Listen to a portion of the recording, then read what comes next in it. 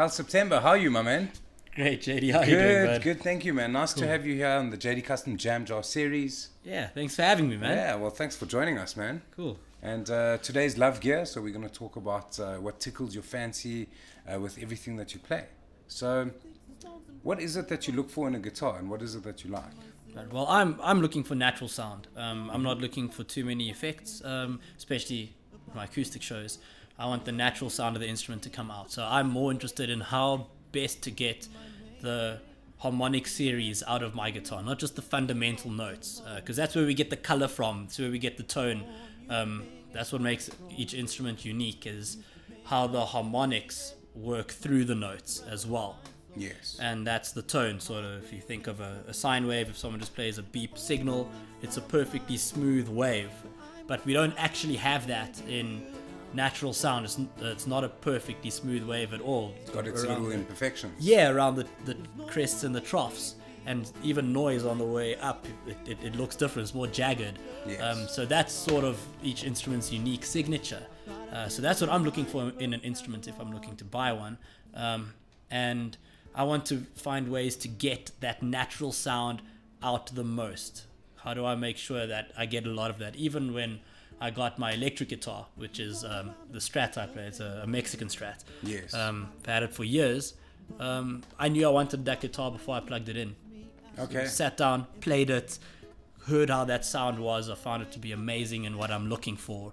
And then plugging it in, you get the electronics picking that up, and you see how well that system That's right. works. It helps a lot more. Yes, so definitely natural sound is what I'm looking for, and how to make sure I get the most of that. That makes sense. And I know that with your instrument, you've actually done little tweaks to better the sound. For example, the steel pins on the treble strings and the ebony pins by the bass responsive strings. And Yes. I found that quite interesting when you came up with this idea.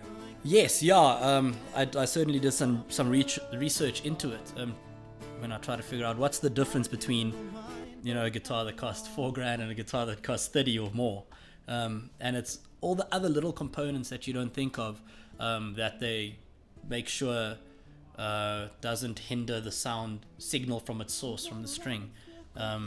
And the main thing is, whatever plastic is on your guitar, get rid of it, man. Plastic is a killer. It kills sound. It doesn't resonate much at all. You just get some vague reflections, if anything. So you want materials that are sturdier, that are harder, that will allow that signal from its source to go through into the body of your instrument, where it gets its unique tone. You don't want any of that to be hindered from the string into the guitar. So yeah, I did a lot of research, finding the different tonal qualities of different materials that you can replace the plastic with. And certainly, yeah, I found ebony to be a great one for low frequency response. Very nice. And I find that with the brass that I've got in the brass pins, it gives a more brilliant sort of shimmer to the highs, to give that sort of sparkle. And that's what I've got here.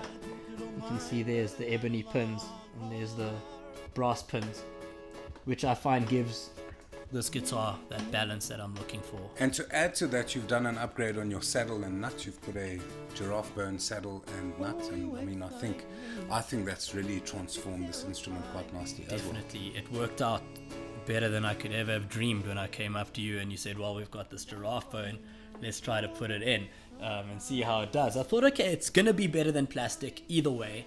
That's true. Yeah, and I could not believe the difference it made to the instrument. It really brought it to life. And that's, once again, it's just because from the string getting into the instrument, there you can hear that harmonic already. Just by touching yeah, it just by slightly. that, everything comes so clear through.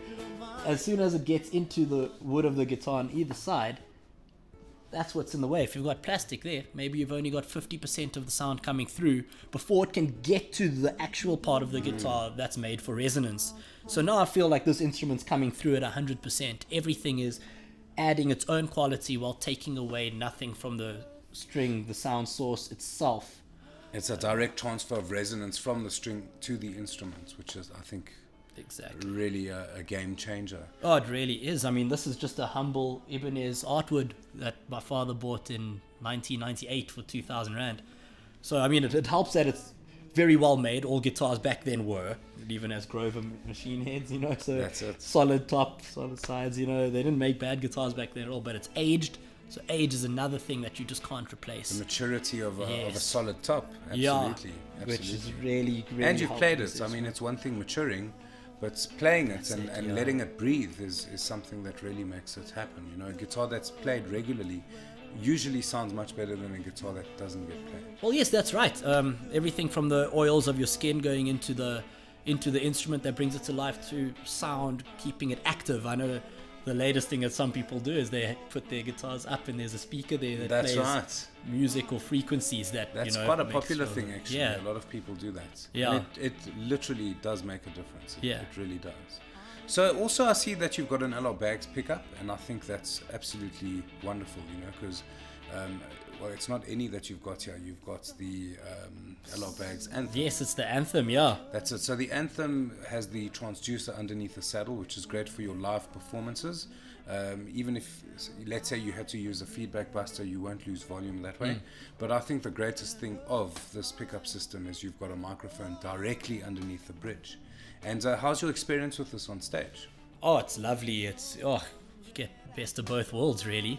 That's right. And that's you right. can even adjust for different situations. For me, I have 50-50 of each. Yes.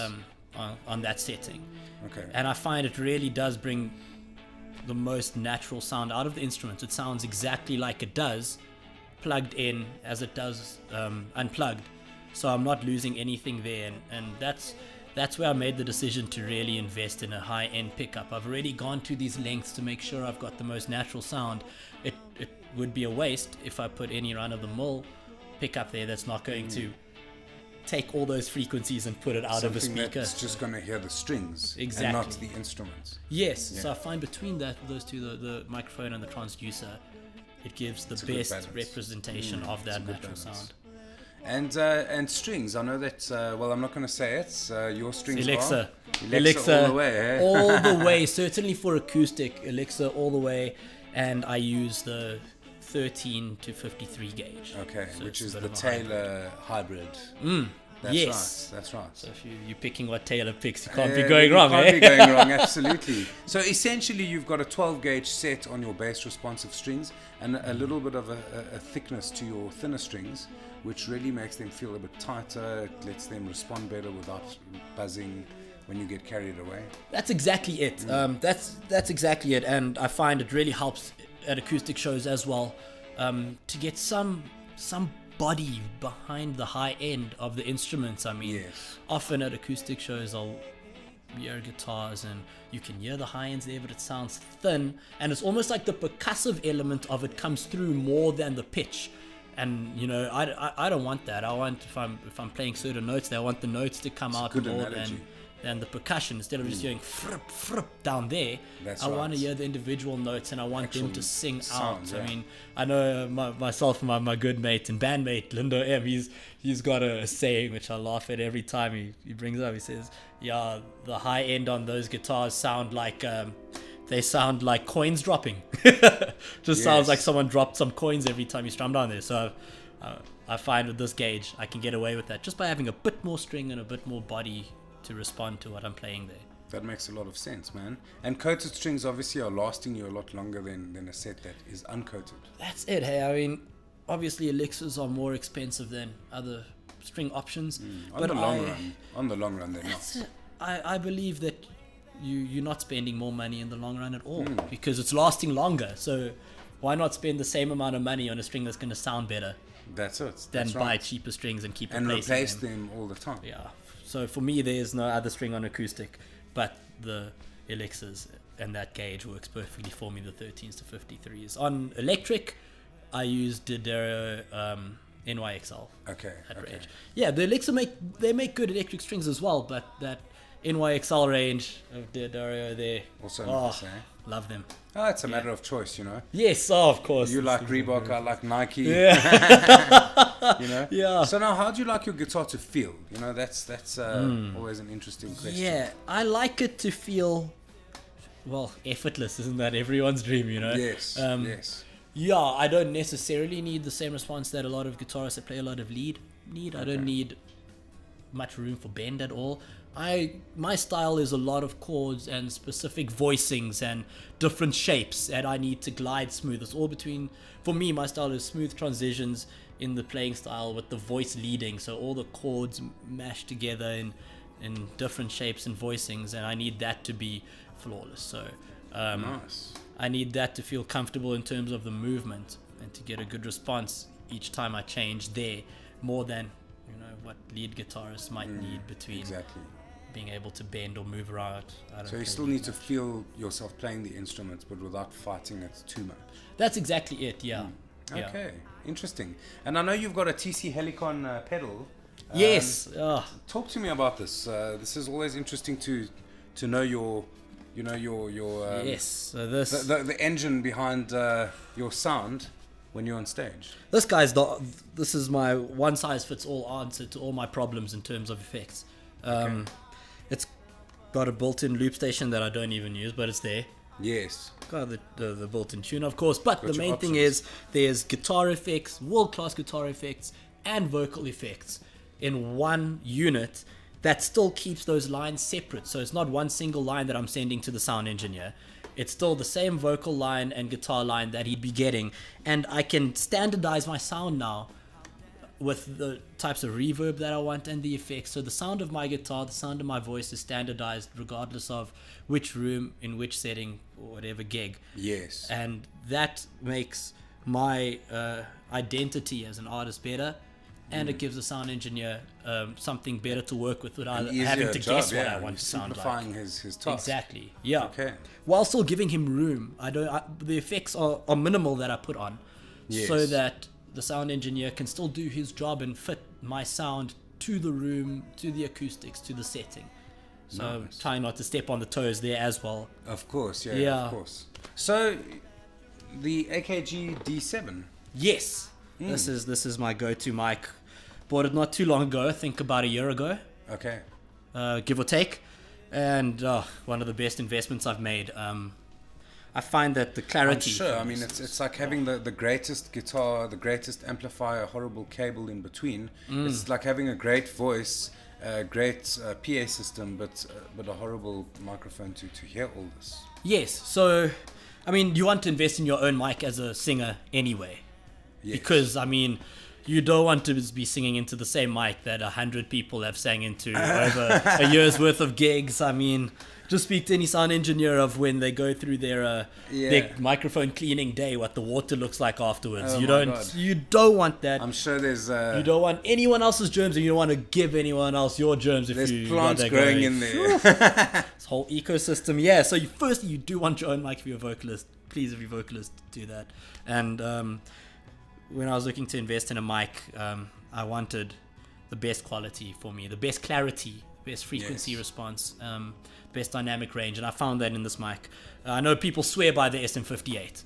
I know The they industry do. standard. Yeah, they're like the Hilux of microphones. They do the job. They won't stop doing the job, and you can't break them.